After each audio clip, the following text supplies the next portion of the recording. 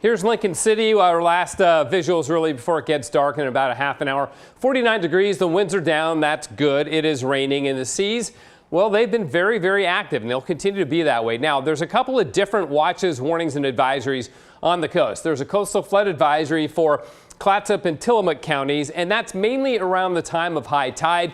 You can get the water coming up to some of the low spots, say on Highway 101, can cause some minor issues there in terms of flooding. But again, that's mainly because we're seeing elevated water levels around the high tide, and then it backs on off. But that continues until tomorrow at 2 o'clock. Other parts of the northwest coast, though, have different watches and warnings. The southern Oregon coast has high surf warning. That's for big swells. And then the northern Washington coast, a high surf advisory, also for swells, just not as big as the ones that'll be hitting southern Oregon. So what do the swells look like right now? Well, let's check the buoys. They're not as big as they were earlier in the week, but still 15, 16 footers all up and down the coast of Oregon and Washington. Those are coming on shore, and they will build to about 21 feet tonight and then drop off tomorrow. There's also a local wind wave.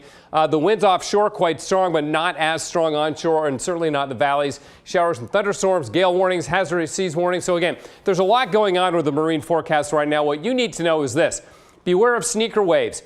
Don't turn your back on the ocean. Keep an eye on it. We've got these watches and advisories and warnings for a reason, right? And it's a good idea to stay off the jetties. Now, the other thing going on, of course, Stephanie, is up in the Cascades, lots of snow. We'll talk about that later. Back to you. Okay, Matt, thank you.